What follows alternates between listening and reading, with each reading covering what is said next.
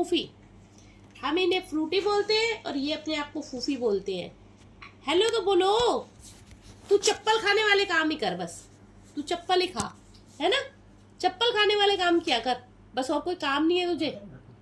चप्पल कौन खाता है? गंदी चप्पल को कौन हाथ लगाता है बताओ। आ जाओ, आ गए, अब आ गए फूफी, आ गए मिस्टर फूफी, मिस्टर फूफी आ गए, फूफी आ गए।